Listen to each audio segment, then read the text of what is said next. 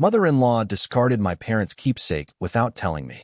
Before we begin the story, make sure to subscribe to our channel and never miss more incredible stories every day. I stared at the empty space on the mantel, knowing instantly that the only piece of my father I had left had been stolen by the woman who called me daughter. The living room of my own house was perfectly still, the afternoon sunlight filtering through the expensive sheer curtains my husband had insisted we buy. I had just returned from a grueling 4-day corporate retreat, dropping my heavy overnight bag in the hallway with a sigh of relief. All I wanted was to look at it. The music box. It wasn't just any music box. It was a heavy, hand-carved piece of solid walnut, intricately detailed with brass gears and delicate floral patterns, crafted by my late father's own calloused hands. My parents had passed away in a devastating car accident 3 years ago, and that box, which played a clumsy but beautiful rendition of Claire de Lune, was the physical anchor to my past. It smelled like his workshop, a comforting blend of sawdust, old varnish, and memories.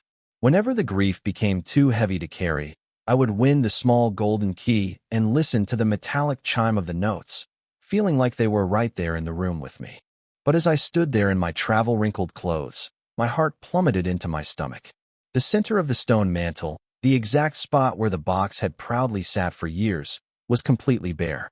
There was no note, no sign of it being moved for cleaning. Just a sterile, empty void in the middle of my home. My breathing turned shallow and rapid as panic flooded my veins. I frantically checked the adjacent shelves, dropping to my knees to look under the sofas, my hands trembling violently as the terrifying reality began to sink in. My home had been violated. I knew exactly who was responsible for this unforgivable and cruel betrayal. To understand the absolute malice behind that empty space, you have to understand the suffocating presence of Helen, my wealthy, image-obsessed mother-in-law. From the moment Mark and I bought this house, Helen had treated it like her own personal interior design project, a blank canvas for her to assert her dominance. Helen's entire existence revolved around a strict, sterile aesthetic. Everything had to be white linen, polished chrome, and cold, imported marble.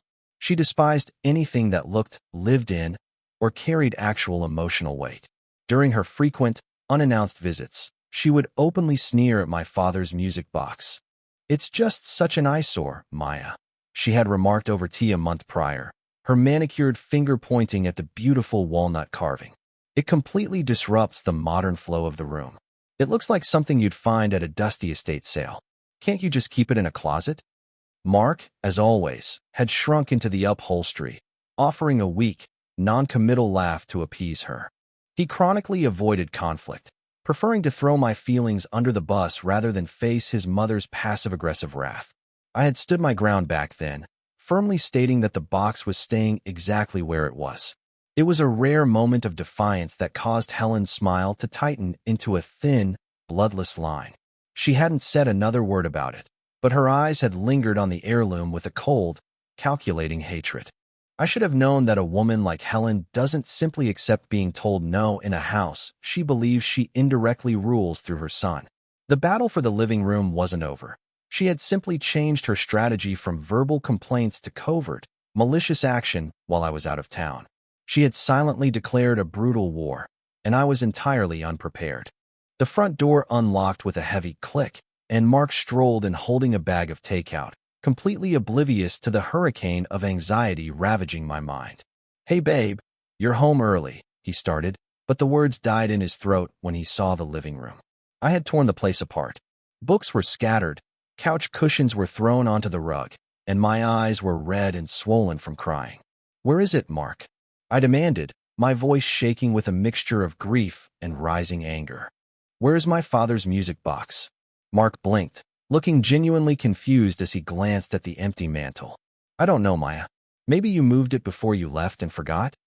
Before I could scream at the sheer absurdity of that suggestion, the front door swung open again. Helen let herself in using the spare key I had begged Mark not to give her. She stepped over my luggage, impeccably dressed in a tailored cream suit, holding a boutique shopping bag. "Oh my goodness, what is this mess?" she gasped theatrically, her eyes scanning the chaos before landing on me. "Maya, darling, you look entirely unhinged." I pointed a shaking finger at the mantel. My music box is gone. Did you take it? Helen's expression instantly morphed into a mask of deep, condescending pity. She looked at Mark, sighing heavily. Mark, I told you she was working too hard. The stress is clearly getting to her memory. She turned back to me, her voice dripping with artificial sweetness. Sweetheart, you probably just misplaced that old wooden thing in a closet. Let's not create a hysterical drama over a piece of clutter, all right? She was speaking to me like I was a delusional, unruly child having a tantrum. The woman was actively trying to make me lose my mind. The psychological toll of the next 48 hours was absolute, suffocating torture. Mark completely aligned himself with his mother's narrative. Every time I brought up the missing box, he would offer a heavy, exhausted sigh and tell me I needed to let it go and stop accusing Helen without proof. She wouldn't just steal from us, Maya, he argued in the kitchen, completely ignoring the fact that she had criticized the item for months. You're letting your grief cloud your judgment. You probably put it in a storage bin and forgot. You know how scatterbrained you get when you're stressed. The constant, unified gaslighting began to erode my reality. I spent sleepless nights pacing the dark house, opening the same cabinets repeatedly, genuinely wondering if I was experiencing early-onset memory loss. The grief of losing the last piece of my father was being twisted into a terrifying crisis of my own sanity. On the third day, utterly exhausted, I stood by the mantel, staring blankly at the stone surface. The afternoon sun hit the ledge at a sharp angle, revealing something I had missed in my initial panic. There, right where the heavy walnut box used to sit, was a distinct, rectangular outline where the ambient dust hadn't settled. But what stopped my heart was the faint, lingering smell of expensive, chemical lemon polish. I never used chemical polish. I only used natural beeswax to protect the antique wood. Helen, however, obsessed over that specific, caustic lemon scent for her modern surfaces. I leaned in closer, my eyes narrowing. Beside the clean rectangle was a fresh, microscopic scratch in the stone, exactly the kind made by someone carelessly dragging a heavy object rather than lifting it gently. I wasn't crazy. I hadn't misplaced it, and I wasn't losing my mind. Someone had deliberately wiped the stone clean to hide their tracks. The tears stopped immediately, replaced by a cold, crystalline focus. The grief was still there, a heavy stone in my chest, but it was now wrapped in a sharp, defensive armor of absolute rage. I needed undeniable, concrete proof. If I accused Helen again without it, Mark would just call me hysterical and suggest therapy. I sat on the living room floor, staring at the ceiling, mentally walking through every square inch of the house. And then, it hit me like a physical blow. The nanny cam. 2 years ago, when our senior rescue dog was sick, we bought a small, discreet wireless camera and tucked it high up on the bookshelf across from the mantel to monitor him while we were at work. After the dog passed away, we never took it down. It blended perfectly into the spines of the old encyclopedias. Mark had completely forgotten it existed. My hands flew to my laptop. My heart hammered against my ribs like a trapped bird as I desperately tried to remember the login credentials for the cloud storage account. I typed in 3 different passwords, my palms sweating, terrified the account had lapsed or the camera had disconnected from the Wi-Fi. The screen loaded a loading wheel that felt like it spun for an eternity. Finally, the dashboard flickered to life. The camera was still active, silently recording a wide-angle view of the entire living room in high definition. I navigated to the Archive tab, filtering the dates to the 4 days I was away at the corporate retreat. The timeline showed blocks of empty footage, mostly just sunlight moving across the floor. I fast-forwarded through the tedious emptiness, holding my breath, until I saw a sudden spike of movement on the timeline during the second afternoon of my trip. I just needed to press play and watch my nightmare unfold. The video buffered for an agonizing second before rendering a crystal-clear image of my living room. At exactly 2:14 p.m., the front door opened. Helen walked in, holding her expensive designer handbag and a roll of heavy-duty black trash bags. I felt physically sick watching her invade my sanctuary while I was miles away. She didn't look around. She moved with terrifying, calculated purpose. She walked straight to the mantel. For a brief moment, she stood in front of my father's music box, her face contorted in a look of profound disgust. Then, with absolute callousness, she snapped a black plastic bag open, shaking it out loudly. She didn't even pick the box up gently. She shoved it into the plastic bag like it was rotting garbage, the heavy walnut wood hitting the floor with a thud that echoed through the laptop speakers. I pressed my hand over my mouth to stifle a sob. That was my father's soul, his endless hours of meticulous carving, being treated like filth. The footage continued.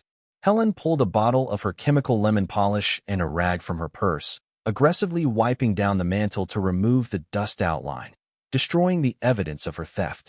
She tied the black bag in a tight knot, picked it up, and walked right out the front door, locking it behind her.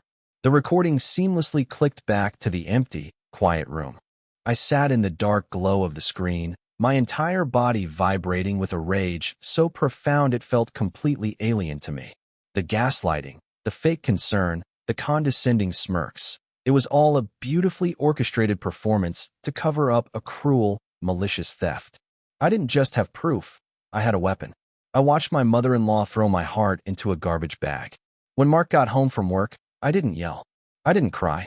I simply sat at the kitchen island, the laptop open, the video paused on the exact frame of his mother shoving the music box into the trash bag. "Come here," I said, my voice dead and hollow. Mark dropped his briefcase, annoyed by my tone. "Maya, please, I had a long day. If this is about the box again, watch the screen," I interrupted, hitting play. I watched his face closely as the footage rolled. I expected shock. I expected outrage. I expected him to immediately pick up his phone and demand his mother return my property. Instead, his shoulders slumped, and he let out a heavy, exhausted breath, rubbing his temples like I was the one being unreasonable. "Okay," he muttered, avoiding my eyes. "She shouldn't have done that without asking. But you know how she gets when she's in a decluttering mood. She probably just took it to the Goodwill. She means well, Maya. She just wants the house to look nice for us." The silence that followed was deafening. He had watched his mother steal my most prized possession, the last relic of my dead parents, and his immediate instinct was to defend her aesthetic preferences. He didn't care about my pain. He only cared about maintaining the path of least resistance with Helen. In that singular, devastating moment, the scales fell from my eyes. The man standing in front of me wasn't a partner. He was an enabler to a monster. The deep, unconditional love I thought we shared evaporated into thin air, leaving nothing but cold clarity. If I wanted justice, if I wanted to protect the memory of my family, I was entirely on my own. My marriage wasn't just broken. It was completely, undeniably dead. I didn't argue with him. I simply closed the laptop, packed a small bag, and left the house without saying another word. The grief over my marriage was entirely eclipsed by the desperate, burning need to find my father's music box. If Helen had taken it to Goodwill, the clock was ticking. It had been 4 days. I parked in the empty lot of the massive local thrift distribution center, the exact location Helen proudly boasted about donating her last season clothes to for the tax write-off. The warehouse was a chaotic, dusty maze of towering cardboard boxes, rolling racks of old clothes, and shelves overflowing with discarded memories. The smell of old paper and mothballs was overwhelming. I approached the exhausted manager at the front desk, my voice trembling as I described the heavy walnut box, showing him a photo on my phone. "Lady, we get 10 tons of donations a day," he sighed, looking at me with tired sympathy. "If it came in a black trash bag a few days ago, it's either in the back processing room, or it's already been shipped to the regional landfill." The word landfill felt like a physical knife in my gut. I practically begged him, offering him $200 cash from my wallet just to let me look through the unsorted bins in the back. Seeing my sheer desperation, he quietly pocketed the money and pointed to a massive set of double doors. For 6 agonizing hours, I tore through plastic bags. I cut my hands on broken glass, inhaled decades of dust, and sobbed quietly in the dim fluorescent light as I sorted through the discarded remnants of other people's lives. Every black bag I ripped open only revealed old clothes or broken toys. I dug my hands into the filth, praying for an absolute miracle. My hands were bleeding, my clothes were ruined, and the warehouse was preparing to close for the night. I was standing in front of the very last industrial sorting bin, my hope entirely extinguished. With a heavy, trembling sigh, I reached in and pulled open a torn black contractor bag at the very bottom. My breath caught in my throat. There, nestled beneath a pile of discarded curtains, was the familiar, rich brown grain of the walnut wood. I pulled it out, falling to my knees on the dirty concrete floor, clutching the box to my chest like a rescued child. It was filthy, covered in an oily residue from the trash bag.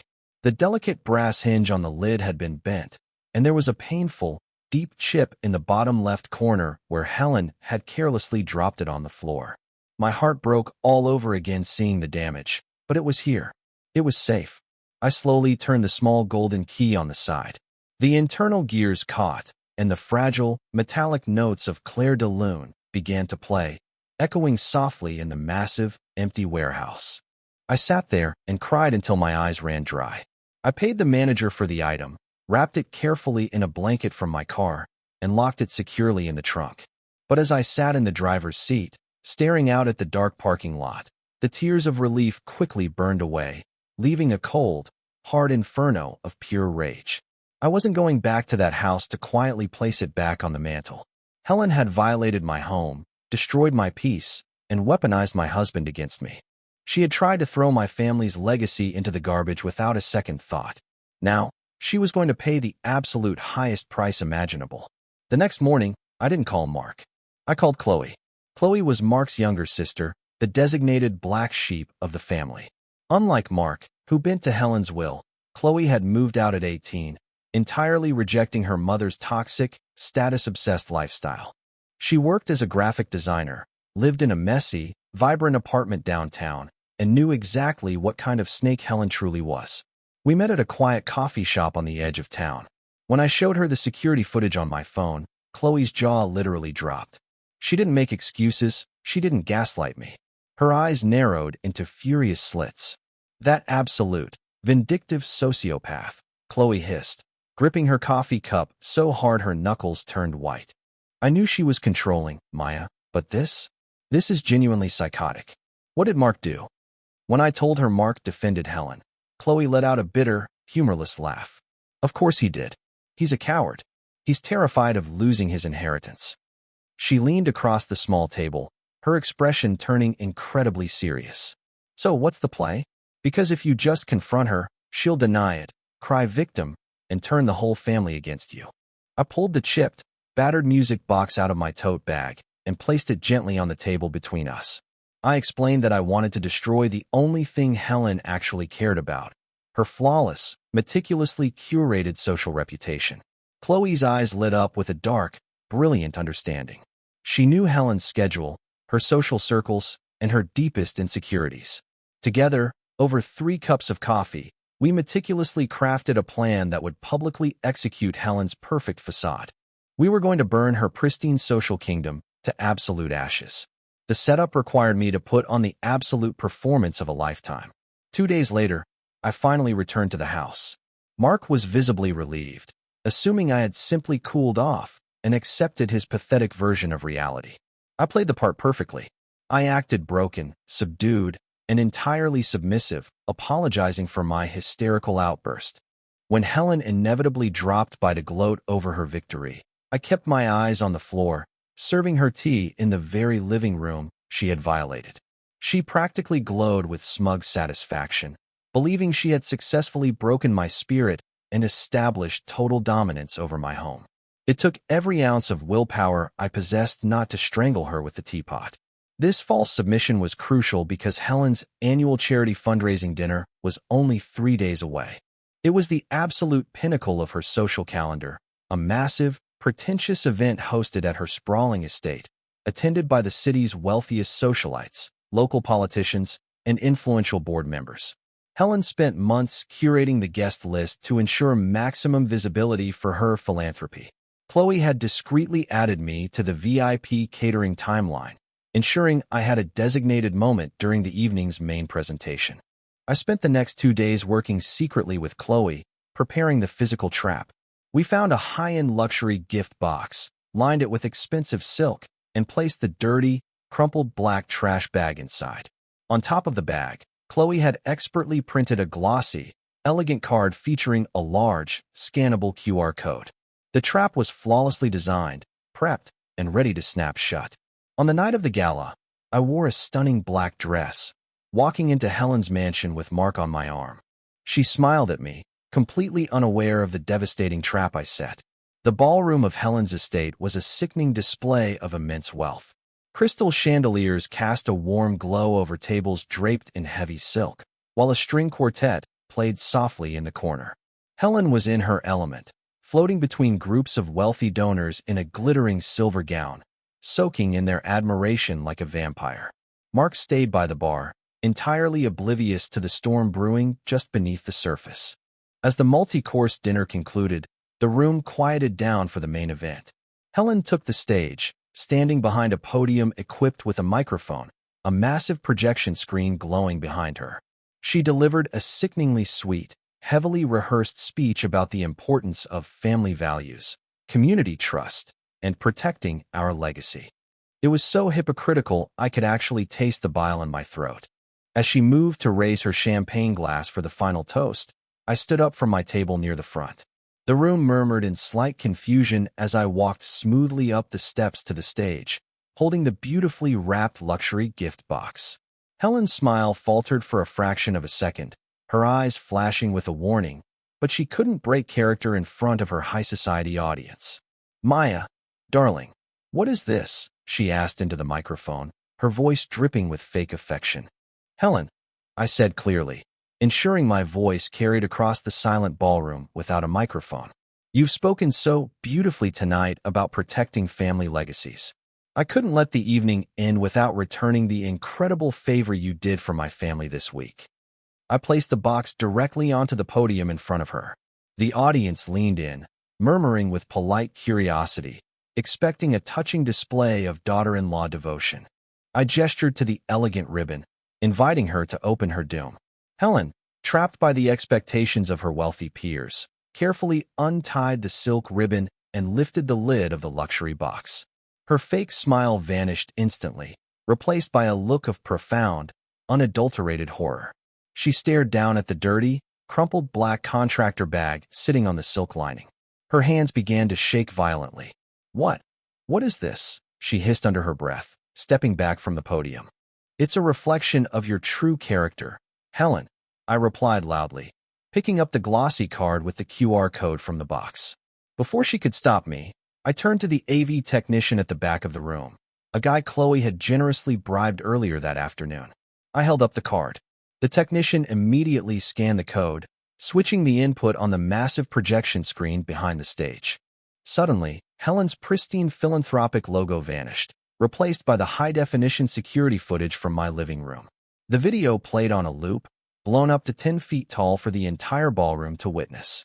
There was Helen, the elegant host of the evening, viciously shoving a precious family heirloom into a garbage bag like a common thief, wiping down the mantle to hide her crime.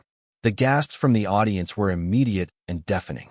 Wealthy socialites covered their mouths in absolute shock. The clinking of silverware stopped completely. The footage was undeniable, crystal clear, and utterly damning.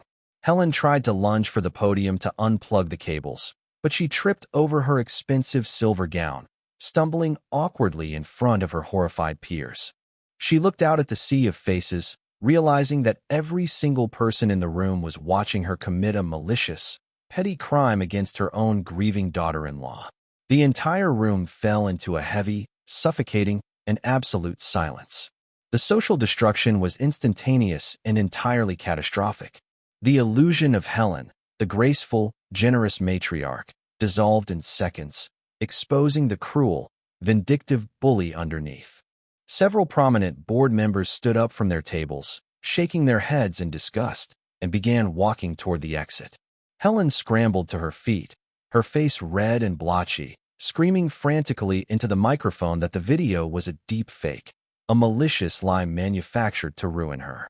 But nobody was listening. The damage was thoroughly, irreversibly done. Suddenly, Mark pushed his way through the stunned crowd, his face pale with panic. He rushed onto the stage, not to comfort me, but to try and shield his mother from the hundreds of judging eyes.